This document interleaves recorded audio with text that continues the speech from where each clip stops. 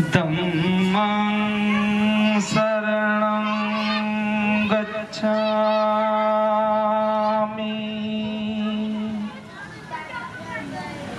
संघं शरणं गच्छामि।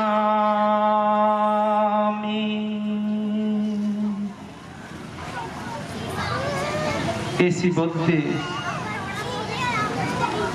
की शरण। बुद्ध कोई व्यक्ति का नाम नहीं है, अपनी बुद्ध की शरण जाना। दूसरा ए धम है उन्होंने इहदी शरण दे विच जाना। तीसरा जिहड़ा आ संघ, भिक्षु संघ, ये सारे उपासक संघ, उपासका संघ, इन्हां दी शरण दे विच जाना।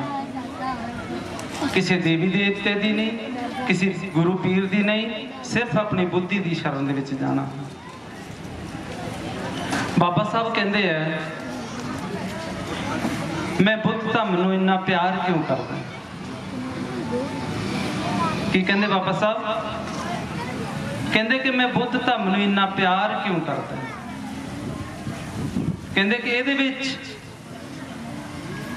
किसी नरक का डर नहीं, इहदे विच किसी भी नरक का डर नहीं है। फिर दूजा कहते हैं इहदे विच स्वर्गां दे लारे भी नहीं है। इहदे विच की है? मनुख मनुख दे लई, सिर्फ की है? मनुख मनुख दे लई। इस करके मैं इहनूं इन्ना प्यार करदा। सो अज अंबेडकर पार्क दे विच कौल साहब, कटारिया जी आए आ, अमनदीप जी आए आ, होर भी जिन्ने साथी आ सारे, सब नूं मेरे वालों बुद्धा जयंती ते बहुत बहुत मुबारकां। तुसीं इदां दे मौसम दे विच भी जिहड़े इन्नी तादाद दे विच लोग बैठे आ, सारिआं नूं मेरे वालों बहुत बहुत मुबारकां। बाबा साहब की गल हमेशा करते हैं आपां, पर स्टेजां दे उत्ते धम्म की गल कदी नहीं होंदी।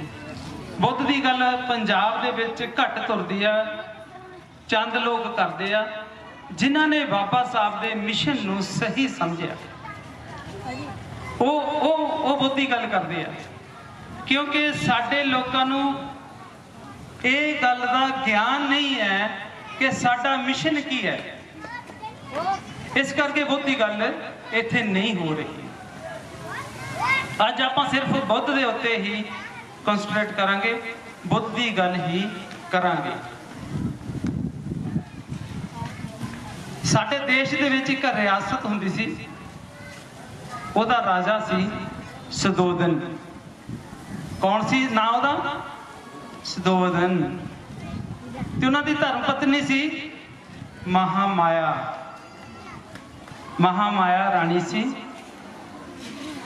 हुण जदों आपां किसी अपनी भैन का, अपनी बेटी की शादी करते हैं, तो मेरा ख्याल अज भी कोई रिवाज इदां दा हैगा, जदों पहला बच्चा उन्होंने होने वाला होंदा तो अपने पेके जावे।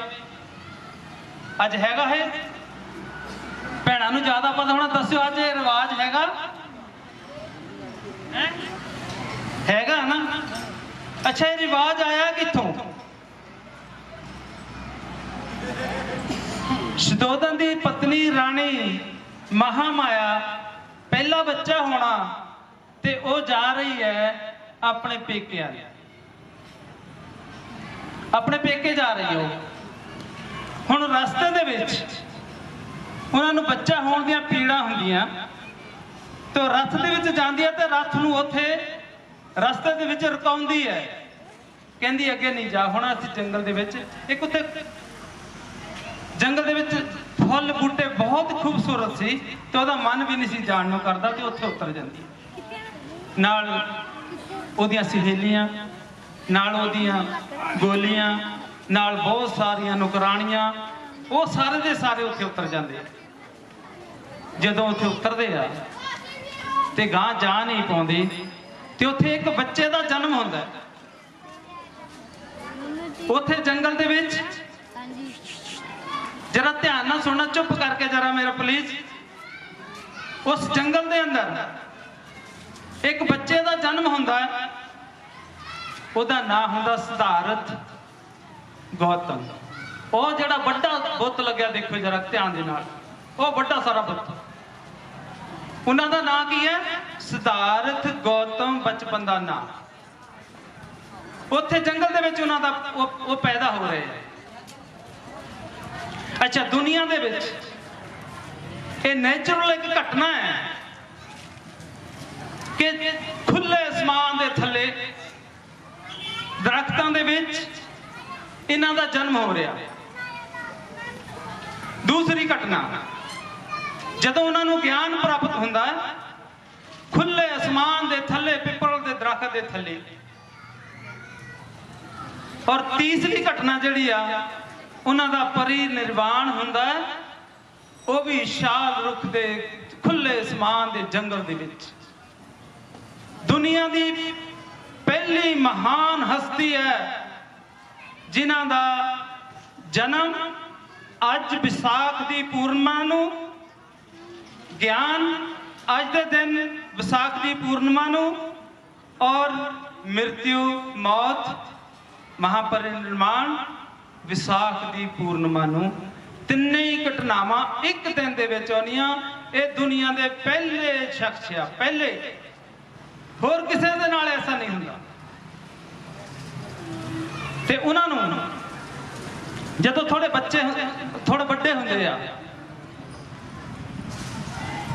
ਉਹਨਾਂ ਨੂੰ ਦੁਨੀਆ ਦੇ ਨਾਲ ਪਿਆਰ, ਸਨੇਹ ਇੰਨਾ ਕੁ ਲਗਾਓ ਹੈ, ਕੱਲੀ ਕੱਲੀ ਚੀਜ਼ ਨੂੰ ਵਾਚ ਕਰਦੇ ਆ। ਘਰੋਂ ਬਾਹਰ ਨਿਕਲਦੇ ਆ, ਇਹ ਸਿਧਾਰਥ ਗੌਤਮ ਜਦੋਂ ਘਰੋਂ ਨਿਕਲਦੇ ਆ, ਰਸਤੇ ਦੇ ਵਿੱਚ ਕੋਈ ਵੀ ਕੱਪੜਿਆਂ ਤੋਂ ਰਹਿਤ, ਬਗੈਰ ਕੱਪੜਿਆਂ ਤੋਂ ਕੰਮ ਕਰਦਾ ਹੋਇਆ, ਕੋਈ ਭੁੱਖਾ, ਕੋਈ ਕਿਸ ਤਰ੍ਹਾਂ ਦਾ ਆਦਮੀ ਉਹਨੂੰ ਕੋਈ ਵੀ ਦਿਖਦਾ ਹੈ ਤੇ ਉਹਦਾ ਮਨ ਕਰੁਣਾ ਦੇ ਨਾਲ ਭਰ ਜਾਂਦਾ ਹੈ। ਤੇ ਉਹ ਸੋਚਦਾ ਹੈ ਕਿ ਇਹ ਕਿਉਂ ਹੋਇਆ, ਇਹ ਇਨਸਾਨ ਇਦਾਂ ਕਿਉਂ ਹੈ। ਉਹਦੇ ਦਿਮਾਗ ਦੇ ਵਿੱਚ ਬਾਰ-ਬਾਰ ਇਦਾਂ ਦੇ ਸਵਾਲ ਉਤਪੰਨ ਹੁੰਦੇ ਆ, ਬਾਰ-ਬਾਰ। ਜਦੋਂ ਇਹ ਸਵਾਲ ਉਤਪੰਨ ਹੁੰਦੇ ਆ ਤਾਂ ਫਿਰ ਸੁਭਾਵਿਕ ਹੈ ਕਿ ਉਹਦਾ ਬਚਪਨ ਤੋਂ ਹੀ ਇਧਰ ਨੂੰ ਲਗਾਵ ਹੋਣਾ ਸ਼ੁਰੂ ਹੋ ਗਿਆ। ਲੇਕਿਨ ਮਾਂ-ਬਾਪ ਕੀ ਚਾਹੁੰਦੇ ਆ? ਸਾਡੇ ਵੀ ਪੰਜਾਬ ਦੇ ਵਿੱਚ ਬੜਾ ਮਾਹੌਲ ਹੈ ਕਿ ਜਦੋਂ ਬੱਚਾ ਸਕੂਲ ਜਾਂਦਾ, ਕਾਲਜ ਜਾਂਦਾ, ਉਹ ਭਾਵੇਂ ਡਾਕਟਰ ਨਹੀਂ ਬਣਨਾ ਚਾਹੁੰਦਾ, ਇੰਜੀਨੀਅਰ ਨਹੀਂ ਬਣਨਾ ਚਾਹੁੰਦਾ, ਲੇਕਿਨ ਮਾਂ-ਬਾਪ ਦੀ ਖੁਆਇਸ਼ ਕੀ ਹੁੰਦੀ ਆ? ਇਹ ਡਾਕਟਰ ਹੀ ਬਣੇ, ਇਹ ਇੰਜੀਨੀਅਰ ਹੀ ਬਣੇ, ਇਹ ਹੋਰ ਕੁਝ ਨਾ ਬਣੇ। ਲੇਕਿਨ ਉਹਦਾ ਜਿਹੜਾ ਟੈਲੈਂਟ ਹੁੰਦਾ ਉਹ ਹੋਰ ਹੁੰਦਾ, ਉਹਦਾ ਰੁਝਾਨ ਕੁਝ ਹੋਰ ਹੁੰਦਾ। ਤੇ ਸਿਧਾਰਥ ਗੌਤਮ ਦੇ ਵੀ ਜਿਹੜੇ ਬੱਚੇ ਆ, ਸਿਧਾਰਥ ਗੌਤਮ ਨੂੰ ਜਿਹੜਾ ਉਹਦੇ ਮਾਂ-ਬਾਪ ਆ, ਉਹ ਵੀ ਚਾਹੁੰਦੇ ਕਿ ਸਾਡਾ ਬੱਚਾ ਜਿਹੜਾ ਆ ਇਹ ਬਾਦਸ਼ਾਹ ਆ, ਇਹ ਉਹਨੇ ਆਉਣ ਵਾਲਾ ਬਾਦਸ਼ਾਹ ਆ, ਇਹ ਵਿਦਿਆ ਸ਼ਾਸਤਰ ਦੀ ਵਿਦਿਆ ਲਵੇ, ਇਹ ਯੁੱਧ ਦੀ ਸਿੱਖਿਆ ਲਵੇ। ਲੇਕਿਨ ਸਿਧਾਰਥ ਗੌਤਮ ਦਾ ਇਹਨੂੰ ਬਿਲਕੁਲ ਰੁਝਾਨ ਨਹੀਂ। ਜਦੋਂ ਉਹ ਖੇਡਦਾ ਹੈ, ਉਹਦੇ ਇੱਕ ਉਹਦਾ ਭੂਆ ਦਾ ਪੁੱਤ ਹੁੰਦਾ ਦੇਵਦੱਤ, ਉਹਨਾਂ ਦਾ ਹਮ ਉਮਰ ਹੈ। ਉਹ ਹਮੇਸ਼ਾ ਉਹਨੂੰ ਚਾਹੁੰਦਾ ਕਿ ਇਹ ਸਾਡੇ ਨਾਲ ਚੱਲੇ, ਪਰ ਜੇ ਜਾਂਦਾ ਵੀ ਹੈ ਤਾਂ ਇੱਕ ਪਾਸੇ ਹੋ ਕੇ ਉਹ ਬੈਠ ਜਾਂਦਾ ਹੈ ਤੇ ਉਹ ਸ਼ਿਕਾਰ ਕਰਦਾ। ਇੱਕ ਦਿਨ ਕੀ ਹੋਇਆ, ਦੇਵਦੱਤ ਸ਼ਿਕਾਰ ਕਰ ਰਿਹਾ, ਸਿਧਾਰਥ ਗੌਤਮ ਇੱਕ ਪਾਸੇ ਬੈਠਾ ਹੈ। ਦੇਵਦੱਤ ਨੇ ਇੱਕ ਪੰਛੀ ਨੂੰ ਤੀਰ ਮਾਰਿਆ ਖਿੱਚ ਕੇ, ਉਹ ਜ਼ਖਮੀ ਹੋ ਗਿਆ।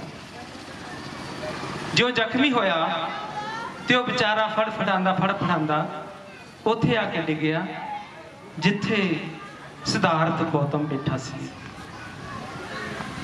ਜਦੋਂ ਉਹਦੇ ਮੂਹਰੇ ਆ ਕੇ ਡਿੱਗਿਆ, ਉਹਨੂੰ ਬੜੀ ਦਇਆ ਆਈ, ਬੜੀ ਕਰੁਣਾ ਆਈ। ਉਹਨੇ ਚੁੱਕਿਆ ਉਹਨੂੰ, ਉਹਦਾ ਖੂਨ ਬੰਦ ਕੀਤਾ, ਉਹਨੂੰ ਗਰਮੀ ਦਿੱਤੀ, ਉਹਨੂੰ ਪੱਟੀ ਕੀਤੀ, ਉਹਨੂੰ ਪਾਣੀ ਪਿਲਾਇਆ ਤੇ ਉਹਨੂੰ ਬਚਾ ਲਿਆ। ਉਧਰੋਂ ਆਪਣੇ ਸ਼ਿਕਾਰ ਨੂੰ ਦੇਖਦਾ, ਲੱਭਦਾ ਦੇਵਦੱਤ ਵੀ ਉੱਥੇ ਆ ਪਹੁੰਚਦਾ ਤੇ ਉਹਨੂੰ ਕਹਿੰਦਾ, ਤੂੰ ਮੇਰਾ ਜਿਹੜਾ ਇਹ ਸ਼ਿਕਾਰ ਦੇਖਿਆ? ਉਹ ਕਹਿੰਦਾ, ਮੈਂ ਨਹੀਂ ਦੇਖਿਆ। ਉਹ ਫੇਰ ਪੁੱਛਦਾ, ਕਹਿੰਦਾ ਦੇਖਿਆ? ਕਹਿੰਦਾ ਮੈਂ ਨਹੀਂ ਦੇਖਿਆ। ਅੱਛਾ, ਫਿਰ ਬਾਅਦ ਵਿੱਚ ਉਹ ਕਹਿੰਦਾ ਕਿ ਹਾਂ ਮੈਂ ਦੇਖਿਆ, ਮੈਂ ਇਹਨੂੰ ਬਚਾਇਆ। ਉਹ ਕਹਿੰਦਾ ਮੇਰਾ ਸ਼ਿਕਾਰ ਮੈਨੂੰ ਦੇ ਦੇ, ਪਰ ਸਿਧਾਰਥ ਬੁੱਧ ਉਹਨੂੰ ਨਹੀਂ ਦਿੰਦਾ। ਉਹ ਕਹਿੰਦਾ ਮੈਂ ਇਹਨੂੰ ਨਹੀਂ ਦੇ ਸਕਦਾ। ਉਹ ਕਹਿੰਦਾ ਮੇਰਾ ਸ਼ਿਕਾਰ ਮੈਂ ਮਾਰਿਆ, ਮੈਨੂੰ ਦੇ। ਉਹ ਕਹਿੰਦਾ ਮੈਂ ਬਚਾਇਆ, ਇਹਦੇ ਉੱਤੇ ਮੇਰਾ ਹੱਕ ਹੈ, ਇਹਨੂੰ ਮੈਂ ਬਚਾਇਆ, ਇਹਦੇ ਉੱਤੇ ਮੇਰਾ ਹੱਕ ਹੈ। ਤਾਂ ਫਿਰ ਉਹ ਕਹਿੰਦਾ ਨਹੀਂ, ਇਹਨੂੰ ਮੈਂ ਮਾਰਿਆ, ਇਹਨੂੰ ਇਹਦੇ ਉੱਤੇ ਮੇਰਾ ਹੱਕ ਹੈ। ਤੇ ਉਹਦੇ ਉੱਥੋਂ ਇੱਕ ਸ਼ਬਦ ਦੀ ਸਿਰਜਣਾ ਹੋਈ ਹੈ। ਪਤਾ ਕਿਹੜੇ ਸ਼ਬਦ ਦੀ ਸਿਰਜਣਾ ਹੋਈ ਉੱਥੋਂ? ਉਹ ਕਹਿੰਦੇ ਮਾਰਨ ਵਾਲੇ ਨਾਲੋਂ ਬਚਾਉਣ ਵਾਲਾ ਡਾਢਾ। ਅੱਜ ਵੀ ਇਹ ਸ਼ਬਦ ਪ੍ਰਚਲਿਤ ਹੈ ਨਾ, ਇਹ ਬੁੱਧ ਤੋਂ ਸ਼ਬਦ ਆਇਆ ਸੀ, ਬੁੱਧ ਤੋਂ। ਕਿਉਂਕਿ ਬੁੱਧ ਨੇ ਜਿੰਨੇ ਵੀ ਗਿਆਨ ਦੇ ਸ਼ਬਦ ਆ, ਵੱਡੇ ਵੱਡੇ ਸ਼ਲੋਕ ਆ, ਉਹ ਬੁੱਧ ਨੇ ਦਿੱਤੇ ਆ, ਤੇ ਅੱਜ ਪੂਰੀ ਦੁਨੀਆ ਨੇ ਉਹਨੂੰ ਅਪਣਾਇਆ ਹੋਇਆ। ਕਿਸੇ ਨੇ ਕਿਸੇ ਕਿਤਾਬ ਦੇ ਰੂਪ ਦੇ ਵਿੱਚ ਪਾ ਲਿਆ, ਕਿਸੇ ਨੇ ਕਿਸੇ ਕਿਤਾਬ ਦੇ ਰੂਪ ਦੇ ਵਿੱਚ ਪਾ ਲਿਆ। ਅੱਛਾ, ਉਸ ਤੋਂ ਬਾਅਦ ਹੁਣ ਜ਼ਬਾਨ ਹੋ ਰਿਹਾ, ਸਿਧਾਰਥ ਗੌਤਮ ਜ਼ਬਾਨ ਹੋ ਰਿਹਾ, ਤੇ ਉਹਦਾ ਰੁਝਾਨ ਹੈ ਜਿਹੜਾ ਉਹ ਬਾਦਸ਼ਾਹੀ ਵੱਲ ਨਹੀਂ ਆ, ਉਹਦਾ ਰੁਝਾਨ ਹੈ ਇੱਕ ਸਮਾਜ ਦੇ ਭਲਾਈ ਵਾਸਤੇ। ਕਿਉਂਕਿ ਸਿਧਾਰਥ ਗੌਤਮ ਦੇ ਨਾਲ ਬਹੁਤ ਸਾਰੀਆਂ ਚੀਜ਼ਾਂ ਜਿਹੜੀਆਂ ਆ ਉਹ ਭਾਰਤ ਦੀ ਧਰਤੀ ਤੇ ਜੋੜੀਆਂ ਗਈਆਂ। ਜਿਵੇਂ ਬਹੁਤ ਪ੍ਰਚਲਿਤ ਹੈ ਕਿ ਸਿਧਾਰਥ ਗੌਤਮ ਨੇ ਇੱਕ ਬੁੱਢੇ ਨੂੰ ਦੇਖਿਆ, ਇੱਕ ਮਰ ਗਏ ਨੂੰ ਦੇਖਿਆ, ਇੱਕ ਹੋਰ ਕਿਸੇ ਨੂੰ ਦੇਖਿਆ, ਤੇ ਉਹ ਉਥੋਂ ਉਹਨੇ ਸੰਨਿਆਸ ਲੈ ਲਿਆ। ਲੇਕਿਨ ਇਹੋ ਜਿਹੀ ਕੋਈ ਗੱਲ ਨਹੀਂ, ਕੋਈ ਇਹੋ ਜਿਹੀ ਗੱਲ ਨਹੀਂ।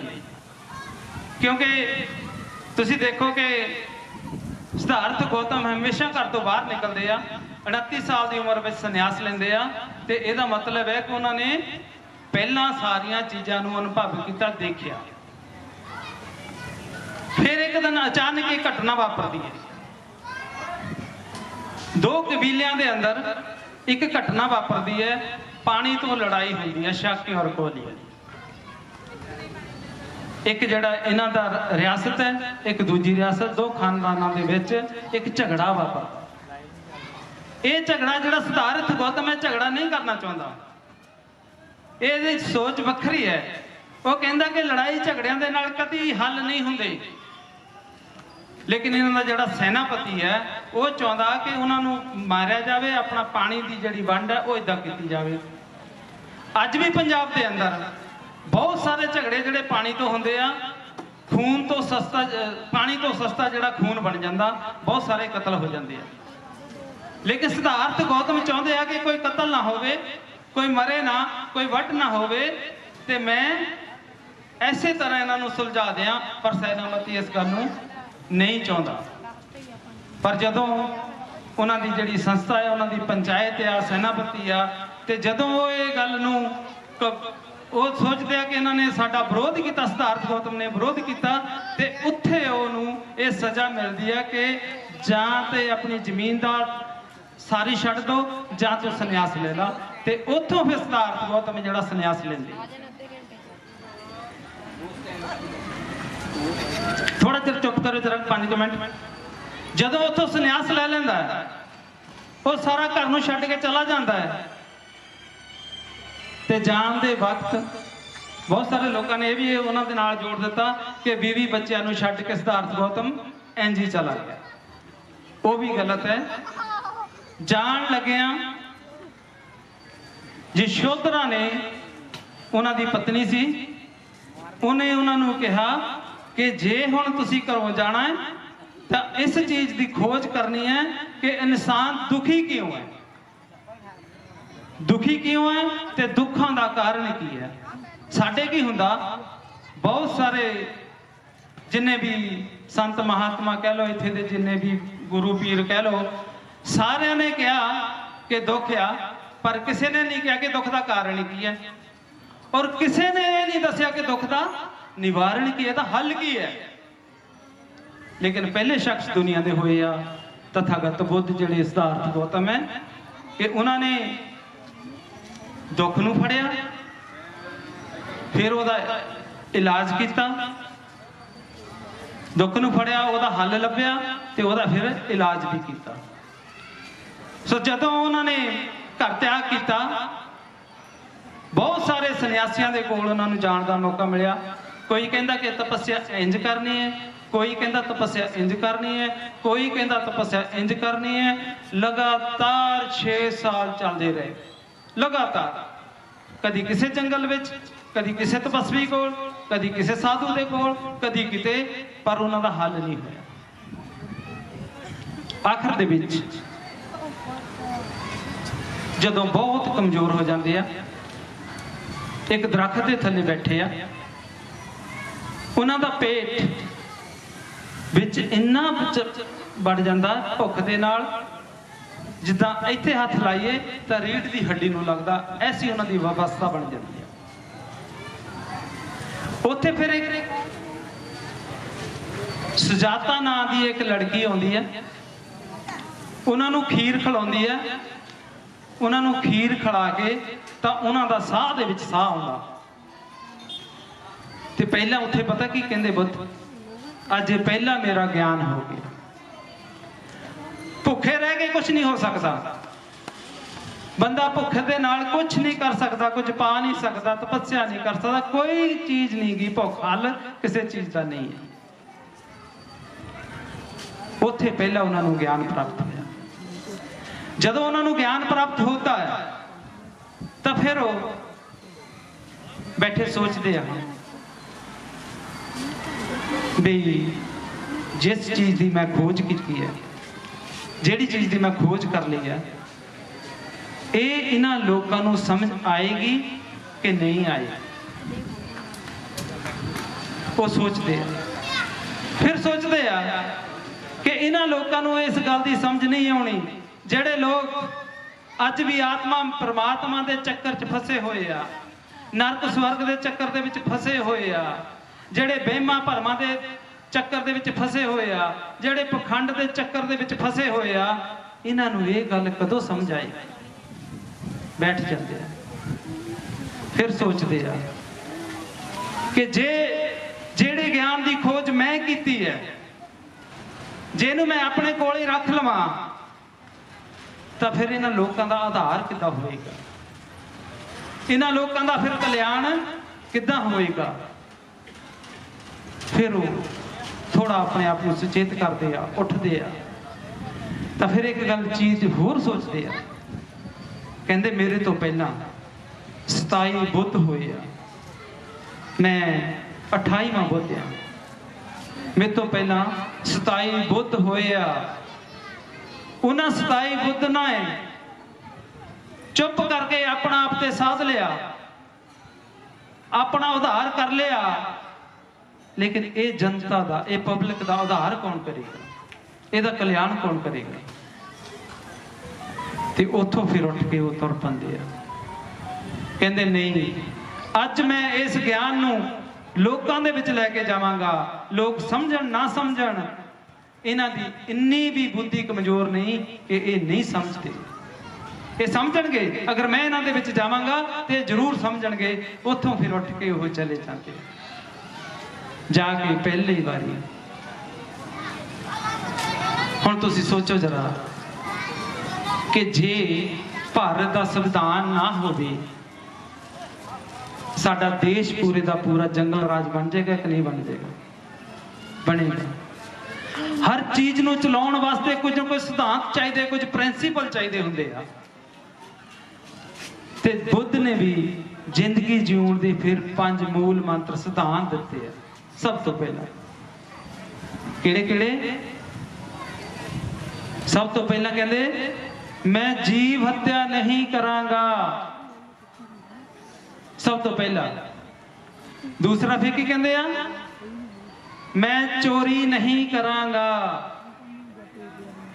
ਫਿਰ ਤੀਸਰਾ ਕੀ ਕਹਿੰਦੇ ਆ? ਮੈਂ ਕਦੀ ਝੂਠ ਨਹੀਂ ਬੋਲਾਂਗਾ। ਚੌਥਾ ਫਿਰ ਕੀ ਕਹਿੰਦੇ ਆ? ਮੈਂ ਜ਼ਿੰਦਗੀ 'ਚ ਕਦੇ ਵੀ ਵਿਚਾਰ ਨਹੀਂ ਕਰਾਂਗਾ। ਪੰਜਵਾਂ ਫਿਰ ਪਤਾ ਕੀ ਕਹਿੰਦੇ? ਮੈਂ ਕਿਸੇ ਵੀ ਨਸ਼ੇ ਦਾ ਕਦੀ ਸੇਵਨ ਨਹੀਂ ਕਰਾਂਗਾ। ਹੁਣ ਤੁਸੀਂ ਸੋਚੋ ਜਰਾ, ਜਦੋਂ ਜ਼ਿੰਦਗੀ ਜਿਉਣ ਦੇ ਸਿਧਾਂਤ ਬਣ ਜਾਂਦੇ ਆ ਤਾਂ ਬੰਦਾ ਕਦੀ ਗਲਤੀ ਕਰੇਗਾ, ਉਹਨੂੰ ਦੁੱਖ ਹੋਏਗਾ? ਕਦੀ ਨਹੀਂ ਹੋ ਸਕਦਾ, ਕਦੀ ਵੀ ਦੁੱਖ। ਸਿਧਾਂਤ ਚਾਹੀਦੇ ਜ਼ਿੰਦਗੀ ਜਿਉਣ ਵਾਸਤੇ। ਪਿੰਡ ਦੀ ਪੰਚਾਇਤ ਹੁੰਦੀ, ਉਹਦੇ ਵੀ ਸਿਧਾਂਤ ਹੁੰਦੇ ਆ। ਇੱਕ ਪਰਿਵਾਰ ਹੁੰਦਾ ਵਡੇਰਾ, ਉਹਦੇ ਵੀ ਸਿਧਾਂਤ ਬਣਾਉਂਦਾ ਕਿ ਵਧੀਆ ਢੰਗ ਨਾਲ ਚੱਲੇ। ਤੇ ਪਹਿਲੇ ਦੁਨੀਆ ਦੇ ਸ਼ਖਸ ਹੈ ਤਥਾਗਤ ਬੁੱਧ, ਜਿਨ੍ਹਾਂ ਨੇ ਜ਼ਿੰਦਗੀ ਜਿਉਣ ਦੇ 5 ਸਿਧਾਂਤ ਦਿੱਤੇ। ਹੁਣ ਤੁਸੀਂ ਦੇਖੋ, ਜਦੋਂ ਬੰਦਾ ਕਿਸੇ ਬੰਦੇ ਦਾ ਕਤਲ ਕਰ ਦਿੰਦਾ ਹੈ, ਕਿਸੇ ਨੂੰ ਮਾਰਦਾ ਹੈ, ਤੁਹਾਡੇ ਕੀ ਖਿਆਲ ਹੈ? ਉਹ ਸੁਖੀ ਰਹੇਗਾ? ਉਹਨੂੰ ਫਿਰ ਕੀ ਹੁੰਦਾ? ਪੁਲਿਸ ਫੜਦੀ ਹੈ, ਥਾਣੇ ਲੈ ਜਾਂਦੀ ਹੈ, ਸਜ਼ਾ ਹੁੰਦੀ ਹੈ, ਤਾਂ ਫਿਰ ਬੱਚਿਆਂ ਨੂੰ ਕੀ ਹੁੰਦਾ? ਯਤੀਮ ਹੋ ਜਾਂਦੇ ਆ, ਪਰਿਵਾਰ ਵਿਖਰ ਜਾਂਦਾ। ਇਹ ਤੋਂ ਵੱਡਾ ਦੁੱਖ ਹੋਰ ਕਿਹੜਾ ਹੋ ਸਕਦਾ ਹੈ? ਜੇ ਅਸੀਂ ਇਹ ਸਾਜ਼ਿਸ਼ ਨਹੀਂ ਰਚਾਂਗੇ ਕਿਸੇ ਨੂੰ ਮਾਰਨ ਦੀ, ਤਾਂ ਕੀ ਸਾਡੇ ਨਾਲ ਇਹ ਵਾਪਰੇਗਾ? ਨਹੀਂ ਵਾਪਰੇਗਾ। ਇਸੇ ਤਰ੍ਹਾਂ ਉਹਨਾਂ ਨੇ 5 ਸਿਧਾਂਤ ਰੱਖੇ ਭਾਰਤ ਦੀ ਧਰਤੀ ਤੇ ਸਭ ਦੇ ਕਲਿਆਣ ਵਾਸਤੇ। ਆਸਤੇ ਆਸਤੇ ਉਹਨਾਂ ਨੇ ਪੂਰਾ ਦੇਸ਼ ਦੇ ਵਿੱਚ ਭਰਮਣ ਕੀਤਾ। 45 ਸਾਲ ਲੱਗੇ ਉਹਨਾਂ ਨੂੰ ਪੂਰਾ ਦੇਸ਼ ਬੁੱਧਮਈ ਬਣਾ ਦਿੱਤਾ। ਪੂਰਾ ਦੇਸ਼, ਸਾਡੇ ਦੇਸ਼ ਦੇ ਅੰਦਰ ਕੋਈ ਵੀ ਦੂਸਰੀ ਚੀਜ਼ ਨਹੀਂ ਹੁੰਦੀ ਸੀ ਜਦੋਂ ਬੁੱਧ ਨੇ 45 ਸਾਲ ਲਾਏ। ਕੋਈ ਵੀ, ਜੇ ਕੋਈ ਹੋਰ ਦੂਸਰਾ ਨਹੀਂ ਹੁੰਦਾ ਤੇ ਫਿਰ ਸਾਡੇ ਬਜ਼ੁਰਗ ਕੌਣ ਸੀ? ਸਾਡੇ ਜਿਹੜੇ ਬਜ਼ੁਰਗ ਆ ਫਿਰ ਉਹ ਕੌਣ ਸੀ? ਜਾ ਰਹੇ ਕਿ ਬੁੱਧਿਸਟ ਸੀਗੇ, ਪਰ ਸਾਨੂੰ ਸਮਝ ਨਹੀਂ ਆਈ। ਜਦੋਂ 1956 ਨੂੰ ਬਾਬਾ ਸਾਹਿਬ ਨੇ ਸਾਨੂੰ ਧੰਮ ਦਾ ਰਸਤਾ ਦਿੱਤਾ, ਉਦੋਂ ਕੀ ਕਿਹਾ ਭਲਾ ਉਹਨਾਂ ਨੇ? ਬਾਬਾ ਸਾਹਿਬ ਨੇ ਕੀ ਕਿਹਾ? हे ਮੇਰੇ ਸਮਾਜ ਦੇ ਲੋਗੋ, हे ਮੇਰੇ ਸਮਾਜ ਦੇ ਲੋਗੋ, ਮੈਂ ਤੁਹਾਨੂੰ ਕੋਈ ਨਵਾਂ ਧੰਮ ਨਹੀਂ ਦੇ ਰਿਹਾ। ਮੈਂ ਤੁਹਾਨੂੰ ਕੋਈ ਨਵਾਂ ਧੰਮ ਨਹੀਂ ਦੇ ਰਿਹਾ। ਮੈਂ ਤੁਹਾਡੇ ਬਜ਼ੁਰਗਾਂ ਦੇ, ਪੂਰਵਜਾਂ ਦੇ ਧੰਮ ਦੇ ਵਿੱਚ ਵਾਪਸ ਲੈ ਕੇ ਜਾ ਰਿਹਾ। ਦੇਖੋ ਕਿੱਡੀ ਵੱਡੀ ਗੱਲ ਕਹੀ ਉਹਨਾਂ ਨੇ। ਮੈਂ ਤੁਹਾਡੇ ਪੂਰਵਜਾਂ ਦੇ, ਤੁਹਾਡੇ ਬਜ਼ੁਰਗਾਂ ਦੇ ਧੰਮ ਦੇ ਵਿੱਚ ਵਾਪਸ ਲੈ ਕੇ ਜਾ ਰਿਹਾ। ਅਸੀਂ ਇਸ ਗੱਲ ਨੂੰ ਸੁਣਿਆ? ਨਹੀਂ ਸੁਣਿਆ, ਨਹੀਂ ਮੰਨੇ। ਕਿਉਂ ਨਹੀਂ ਮੰਨੇ? ਕਿਉਂਕਿ ਅਸੀਂ ਉਸ ਰਸਤੇ ਦੇ ਉੱਤੇ ਚੱਲਣਾ ਹੀ ਨਹੀਂ ਚਾਹੁੰਦੇ। ਬਾਬਾ ਸਾਹਿਬ ਨੇ ਕਿਹਾ ਇੱਧਰ ਜਾਣਾ, ਅਸੀਂ ਮੂੰਹ ਐ ਨੂੰ ਘੁਮਾ ਲਿਆ। ਮੰਜ਼ਿਲ ਤੇ ਇੱਥੇ ਸੀ, ਅਸੀਂ ਜਾ ਉਹਨੂੰ ਰਹੇ ਆ। ਮੰਜ਼ਿਲ ਕਦੋਂ ਆਏਗੀ ਸਾਡੀ? ਨਹੀਂ ਆ ਸਕਦੀ ਨਾ। 1956 ਨੂੰ ਜਿਹੜੀ ਕ੍ਰਾਂਤੀ ਬਾਬਾ ਸਾਹਿਬ ਨੇ ਘੜੀ ਹੈ, ਅੱਜ ਸਾਨੂੰ ਇਹ ਦੁੱਖ ਨਹੀਂ ਸੀ ਹੋਣੇ ਜਿਹੜੇ ਅਸੀਂ ਇਸ ਵੇਲੇ ਭੋਗਦੇ ਆ। ਔਰ ਚਿੰਤਕ ਜਿਹੜੇ ਸਾਡੇ ਬੁੱਧੀਮਾਨ ਵਿਅਕਤੀ, ਅਮਨਦੀਪ ਹੋਣਾ ਵਰਗੇ, ਕੌਲ ਸਾਹਿਬ ਹੋਣਾ ਵਰਗੇ, ਮਾਹੀ ਹੋਣਾ ਵਰਗੇ, ਕਟਾਰੀਆ ਸਾਹਿਬ ਹੋਣਾ ਵਰਗੇ, ਜਿੰਨੇ ਵੀ ਇਸ ਫੀਲਡ ਵਿੱਚ ਲੱਗੇ ਹੋਏ ਆ, ਉਹ ਚਿੰਤਤ ਆ। ਲੇਕਿਨ ਬਾਕੀ ਸਾਰੇ ਆਰਾਮ ਨਾਲ ਸੁੱਖ ਦੀ ਨੀਂਦ ਸੁੱਤੇ ਪਏ। ਉਹਨਾਂ ਨੂੰ ਕੋਈ ਨਹੀਂ ਪਤਾ। ਜਾ ਕੇ ਦੇਖ ਲਓ, ਫੜਾਂ ਤੇ ਥੜਿਆਂ ਦੇ ਉੱਤੇ ਤਾਸ਼ ਖੇਡਦੇ ਆ, ਆਰਾਮ ਨਾਲ ਬੈਠੇ ਆ। ਉਹਨਾਂ ਨੂੰ ਕੋਈ ਚਿੰਤਾ ਨਹੀਂ ਕਿ ਸਾਡਾ ਫਿਊਚਰ ਕਿਦਾਂ ਦਾ ਆਉਣ ਵਾਲਾ। ਬਾਬਾ ਸਾਹਿਬ ਕਹਿੰਦੇ ਅਗਰ ਤੁਸੀਂ ਕਿਸੇ ਨੂੰ ਮਾਰਨਾ ਹੈ, ਤੁਸੀਂ ਲੜ ਕੇ ਨਾ ਮਾਰੋ, ਝਗੜਾ ਨਾ ਕਰੋ, ਤੁਸੀਂ ਆਪਣਾ ਧਰਮ ਚੇਂਜ ਕਰੋ, ਧਰਮ ਚੇਂਜ ਕਰੋ, ਬੁੱਧ ਦੇ ਵਿੱਚ ਆ ਜਾਓ। ਤੁਹਾਡਾ ਦੁਸ਼ਮਣ ਆਪੇ ਹੀ ਮਰ ਜਾਏਗਾ। ਉਹ ਜਿੰਦਾ ਨਹੀਂ ਰਹਿ ਸਕਦਾ। ਕਿਉਂਕਿ ਉਹਨੂੰ ਜਿੰਦਾ ਕਿਹਨੇ ਰੱਖਿਆ? ਅਸੀਂ ਰੱਖਿਆ ਜਿੰਦਾ ਉਹਨੂੰ। ਕਿਉਂਕਿ ਅਸੀਂ ਉਹਦੇ, ਤੁਸੀਂ ਆਪਣੇ ਗੁੱਟਾਂ ਨੂੰ ਦੇਖੋ, ਕਿੰਨੇ ਕਿੰਨੇ ਧਾਗੇ ਬੰਨੇ ਆ। ਉਹਦਾ ਸਿਸਟਮ ਜਿੰਦਾ ਹੈ। ਉਹਨੇ ਸਾਨੂੰ ਕਿਸੇ ਨਾ ਕਿਸੇ ਪਾਸੇ ਦੀ ਜਾਲ ਇਦਾਂ ਦਾ ਸੁੱਟਿਆ ਹੋਇਆ, ਸਾਨੂੰ ਦਿਖਦਾ ਨਹੀਂ ਆ। ਅਸੀਂ ਜਾ ਕੇ ਫਸੀ ਜਾਂਦੇ ਹਾਂ, ਕੱਲਾ ਕੱਲਾ ਜਾ ਕੇ ਫਸੀ ਜਾਣਾ। ਔਰ ਉਹਦੇ ਵਿੱਚੋਂ ਮੁਕਤ ਹੋਣਾ ਹੈ ਤਾਂ ਸਾਨੂੰ ਬੁੱਧ ਦੇ ਰਸਤੇ ਤੇ ਚੱਲਣਾ ਹੀ ਪਏਗਾ। ਇੱਕ ਬੋਧੀ ਹੈ ਜਿਹੜਾ ਸਾਨੂੰ ਉਹਦੀ ਚੁੰਗਲ ਤੋਂ ਬਚਾ ਸਕਦਾ ਹੈ, ਅੰਧ ਵਿਸ਼ਵਾਸ ਤੋਂ ਬਾਹਰ ਲਿਆ ਸਕਦਾ ਹੈ, ਪਖੰਡਵਾਦ ਤੋਂ ਬਾਹਰ ਕੱਢ ਸਕਦਾ। ਇੱਕ ਸਿਰ ਬੁੱਧੀ ਹੈ। ਬੁੱਧ ਤੋਂ ਬਗੈਰ ਹੋਰ ਰਸਤਾ ਹੀ ਨਹੀਂ ਹੈ। ਕੋਈ ਰਸਤਾ ਨਹੀਂ ਹੈ ਸਾਡੇ ਕੋਲ। 2024 ਦਾ ਜਦੋਂ ਇਲੈਕਸ਼ਨ ਹੋਏਗਾ, ਅਗਰ ਤੁਹਾਡੇ ਦੁਸ਼ਮਣਾਂ ਦੀ ਸਰਕਾਰ ਆ ਗਈ ਤਾਂ ਸਮਝ ਲਓ ਕਿ ਅਸੀਂ ਫਿਰ ਉਸੇ ਅਵਸਥਾ ਦੇ ਵਿੱਚ ਚਲੇ ਜਾਣਾ ਜਿੱਥੋਂ ਬਾਬਾ ਸਾਹਿਬ ਨੇ ਸੰਵਿਧਾਨ ਲਿਖ ਕੇ ਸਾਨੂੰ ਕੱਢਿਆ ਸੀ, ਉੱਥੇ ਵਾਪਸ ਚੱਲ ਜਾਣਾ। ਇਹ ਸਮਾਂ ਬਹੁਤ ਨੇੜੇ ਹੈ। ਇਹ ਸਮਾਂ ਅਸੀਂ ਤਾਂ ਬਚੇ ਹੋਏ ਹਾਂ, ਸਾਡੇ ਜਿਹੜੇ ਬੁੱਧੀਜੀਵੀ ਲੋਕ ਆ ਉਹਨਾਂ ਨੇ ਸਾਨੂੰ ਬਚਾ ਕੇ ਰੱਖਿਆ ਹੋਇਆ, ਉਹ ਕਿਉਂਕਿ ਇਸ ਫੀਲਡ ਵਿੱਚ ਕੰਮ ਕਰਦੇ, ਵਰਨਾ ਅਸੀਂ ਕਦੋਂ ਦੇ ਗੁਲਾਮ ਹੋ ਜਾਂਦੇ। ਉਹਨਾਂ ਨੇ ਸਾਡੇ ਜਿਹੜੇ ਵਿੱਚ ਸ਼ਬਦਾਂ ਦੀ ਵੀ ਹੇਰ ਫੇਰ ਕਰਕੇ ਸਾਡੇ ਵਿੱਚ ਸਾਰਾ ਕੁਝ ਪਾ ਦਿੱਤਾ, ਕਿਉਂਕਿ ਉਹਨਾਂ ਨੂੰ ਪਤਾ ਹੀ ਨਹੀਂ ਲੱਗਦਾ ਕਿ ਅਸੀਂ ਸ਼ਬਦ ਕਿਹੜੇ ਬੋਲਦੇ ਹਾਂ। ਪਹਿਲਾਂ ਉਹਨਾਂ ਨੇ ਹਿੰਦੁਸਤਾਨ ਦਾ ਸ਼ਬਦ ਕੱਢਿਆ, ਇਸ ਤਰ੍ਹਾਂ ਪ੍ਰਚਾਰ ਉਹਦਾ ਕੀਤਾ ਕਿ ਸਾਡੇ ਲੋਕਾਂ ਨੂੰ ਪਤਾ ਹੀ ਨਹੀਂ ਲੱਗਣ ਦਿੱਤਾ। ਉਹਨਾਂ ਨੂੰ ਪਤਾ ਸੀ ਕਿ ਅਸੀਂ ਇਹਨਾਂ ਦੀਆਂ ਆਉਣ ਵਾਲੀਆਂ ਪੀੜ੍ਹੀਆਂ ਨੂੰ, ਜਿਹੜੀਆਂ ਇਹਨਾਂ ਦੀਆਂ ਆਉਣ ਵਾਲੀਆਂ ਨਸਲਾਂ ਆ, ਉਹਨਾਂ ਨੂੰ ਅਸੀਂ ਅਨਪੜ੍ਹ ਕਰ ਦੇਣਾ, ਉਹਨਾਂ ਨੂੰ ਸਮਝ ਨਹੀਂ ਲੱਗਣੀ ਤੇ ਉਹ ਹਿੰਦੁਸਤਾਨ ਦੀ ਰੱਟ ਲਾਈ ਰੱਖੂਗੀ ਤਾਂ ਅਸੀਂ ਹਿੰਦੂ ਰਾਸ਼ਟਰ ਬਣਾਉਣ ਦੇ ਵਿੱਚ ਕਾਮਯਾਬ ਹੋ ਜਾਵਾਂਗੇ। ਤੁਹਾਨੂੰ ਮੈਂ ਇੱਕ ਇੰਗਲੈਂਡ ਦੀ ਇੱਕ ਘਟਨਾ ਸੁਣਾਉਣਾ ਛੋਟੀ ਜੀ। ਇੱਕ ਸੰਤ ਸੀਗੇ, ਇੱਕ ਮਿੰਟ ਬੇਟੇ ਚੁੱਪ ਕਰੋ ਜਰਾ। ਇੱਕ ਸੰਤ ਸੀਗੇ, ਉਹ ਗਏ ਇੰਗਲੈਂਡ ਦੇ ਵਿੱਚ ਟੂਰ ਤੇ। ਉਹਨਾਂ ਨੂੰ ਕੌਲਧਾਰ ਜੀ ਵੀ ਜਾਣਦੇ ਹੋਣੇ ਆ। ਉਹ ਟੂਰ ਤੇ ਚਲੇ ਗਏ, ਉਹ ਜਾ ਕੇ ਉਹਨਾਂ ਨੂੰ ਟੀਵੀ ਸਟੇਸ਼ਨ ਦੇ ਉੱਤੇ ਲੈ ਗਏ ਉਹਨਾਂ ਦੀ ਇੰਟਰਵਿਊ ਵਾਸਤੇ। ਜਦੋਂ ਉਹਨਾਂ ਇੰਟਰਵਿਊ ਵਾਸਤੇ ਲਗਾਏ ਤਾਂ ਉਹਨਾਂ ਨੇ ਉੱਥੇ ਉਹਨਾਂ ਨੂੰ ਗੱਲਾਂ ਬਾਤਾਂ ਪੁੱਛੀਆਂ, ਲੇਕਿਨ ਸੰਤ ਜੀ ਜਿਹੜੇ ਸੀਗੇ ਹਰ ਗੱਲ ਦੇ ਨਾਲ ਹਿੰਦੁਸਤਾਨ ਦੇ ਵਿੱਚ ਇਹ, ਹਿੰਦੁਸਤਾਨ ਦੇ ਵਿੱਚ ਇਹ, ਹਿੰਦੁਸਤਾਨ ਦੇ ਵਿੱਚ ਇਹ, ਹਿੰਦੁਸਤਾਨ ਦੇ ਵਿੱਚ ਇਹ, ਹਰ ਤੋਤੇ ਵਾਲੀ ਰੱਟ ਲਾਈ, ਹਿੰਦੁਸਤਾਨ ਹਿੰਦੁਸਤਾਨ ਹਿੰਦੁਸਤਾਨ। ਹੁਣ ਸਾਨੂੰ ਇਹ ਬਰਦਾਸ਼ਤ ਨਹੀਂ ਹੁੰਦਾ। ਕੋਈ ਸਾਡੇ ਦੇਸ਼ ਦਾ ਗਲਤ ਨਾਂ ਲਏ ਤੇ ਸਾਨੂੰ ਜਲਣ ਹੁੰਦੀ ਹੈ, ਕਿਉਂਕਿ ਸਾਡੇ ਬਾਬਾ ਸਾਹਿਬ ਦਾ ਰੱਖਿਆ ਹੋਇਆ ਨਾਂ ਭਾਰਤ ਹੈ। ਤਾਂ ਮੈਂ ਚੁੱਕੇ ਉਹਨੂੰ, ਮੇਰੇ ਬੱਚੇ ਕਹਿੰਦੇ ਆ, ਮੇਰੇ ਬੱਚੇ ਪਹਿਲਾਂ ਤਾਂ ਮੈਨੂੰ ਪੁੱਛਦੇ ਆ ਵੀ ਡੈਡ ਇਹ ਕਿਹੜੇ ਦੇਸ਼ ਦਾ ਨਾਂ ਲੈਂਦਾ, ਬਾਰ-ਬਾਰ ਕਹੀ ਜਾਂਦੇ ਦੇਸ਼ ਕਿੱਥੇ ਆ ਇਹ। ਤਾਂ ਮੈਂ ਉਹਨੂੰ ਚੁੱਕ ਕੇ ਫੋਨ ਲਾਤਾ। ਮੈਂ ਕਿਹਾ ਬਾਬਾ ਜੀ ਇਹ ਤੁਸੀਂ ਕਿਸ ਦੇਸ਼ ਦੀ ਗੱਲ ਕਰਦੇ ਆ, ਸਾਨੂੰ ਮਾੜਾ ਜਿਹਾ ਸਮਝਾਓਗੇ। ਆ ਮੇਰੇ ਬੱਚੇ ਆ, ਇਹ ਇੰਗਲੈਂਡ 'ਚ ਜੰਮੇ ਪਲੇ ਆ, ਇਹ ਵਰਲਡ ਦਾ ਨਕਸ਼ਾ ਜਿਹੜਾ ਹੈ ਖੋਲੀ ਬੈਠੇ ਆ। ਉਹ ਕਹਿੰਦੇ ਸਾਨੂੰ ਜਿਸ ਦੇਸ਼ ਦਾ ਇਹ ਬਾਬਾ ਨਾਂ ਲੈਂਦਾ ਉਹ ਸਾਨੂੰ ਲੱਭ ਨਹੀਂ ਰਿਹਾ। ਪਲੀਜ਼ ਮੈਨੂੰ ਦੱਸਿਓ ਕਿ ਮੈਂ ਇਹਨਾਂ ਨੂੰ ਸਮਝਾ ਦਿਆਂ ਕਿ ਆ। ਹੁਣ ਉਹਨੂੰ ਹੋਰ ਤਾਂ ਕੋਈ ਗੱਲ ਨਾ ਆਵੇ, ਉਹ ਘੁਮਾਉਂਦਾ ਫਿਰੇ ਚਾਰ ਚੁਫੇਰੇ ਨੂੰ। ਮੈਨੂੰ ਕਹਿੰਦਾ ਨਹੀਂ ਇੰਡੀਆ ਹੋ। ਮੈਂ ਕਿਹਾ ਤਾਂ ਮੈਂ ਵੀ ਜਾਣਦਾ ਇੰਡੀਆ ਭਾਰਤ ਨਾ, ਪਰ ਤੂੰ ਉਹ ਦੇਸ਼ ਦਾ ਦੱਸ ਕਿੱਥੇ ਜਿਹਦਾ ਤੂੰ ਨਾਂ ਲੈਂਦਾ ਸੀ ਹੁਣੇ, ਉਹ ਦੇਸ਼ ਮੈਨੂੰ ਦੱਸ। ਉਹਨੂੰ ਕੋਈ ਗੱਲ ਨਹੀਂ ਆਈ। ਫਿਰ ਮੈਂ ਉਹਨੂੰ ਸਮਝਾਇਆ, ਮੈਂ ਕਿਹਾ ਦੇਖ ਆਪਣਾ ਪਾਸਪੋਰਟ ਚੈੱਕ ਕਰ, ਉਹਦੇ ਉੱਤੇ ਕੀ ਲਿਖਿਆ, ਭਾਰਤ ਇੰਡੀਆ। ਸਾਡੇ ਸੰਵਿਧਾਨ ਨੇ ਦਿੱਤਾ ਇਹ ਨਾਂ, ਬਾਬਾ ਸਾਹਿਬ ਨੇ ਦਿੱਤਾ ਸਾਨੂੰ ਨਾਂ, ਤੂੰ ਇਹਦਾ ਨਾਂ ਗਲਤ ਨਹੀਂ ਲੈ ਸਕਦਾ, ਨਹੀਂ ਤਾਂ ਆਪਣਾ ਪਾਸਪੋਰਟ ਵਾਪਸ ਕਰ ਦੇ। ਉਹ ਮੁੜ ਕੇ ਉਹਦੇ ਮੂੰਹ ਦੇ ਵਿੱਚੋਂ ਇੱਕ ਵਾਰੀ ਨਹੀਂ ਨਿਕਲਿਆ ਹਿੰਦੁਸਤਾਨ। ਜਾਣੀ ਸਾਨੂੰ ਜਾਗਰਤੀ ਹੋਣੀ ਚਾਹੀਦੀ ਹੈ, ਨਹੀਂ ਇੱਕ ਸ਼ਬਦ ਦੇ ਬਦਲੇ। ਅੱਛਾ ਦੂਸਰਾ ਕੀ ਹੋਇਆ ਹੁਣ ਬੁੱਧਿਜ਼ਮ ਦੇ ਉੱਤੇ, ਬਾਬਾ ਸਾਹਿਬ ਡਾਕਟਰ ਅੰਬੇਡਕਰ ਨੇ ਸਾਨੂੰ ਇੱਕ ਗ੍ਰੰਥ ਲਿਖ ਕੇ ਦਿੱਤਾ, ਬੁੱਧਾ ਐਂਡ ਹਿਸ ਧਮਾ। ਆ ਜਿਹੜਾ ਗ੍ਰੰਥ ਹੈ ਇਹ ਬਾਬਾ ਸਾਹਿਬ ਨੇ ਸਾਨੂੰ ਲਿਖ ਕੇ ਦਿੱਤਾ।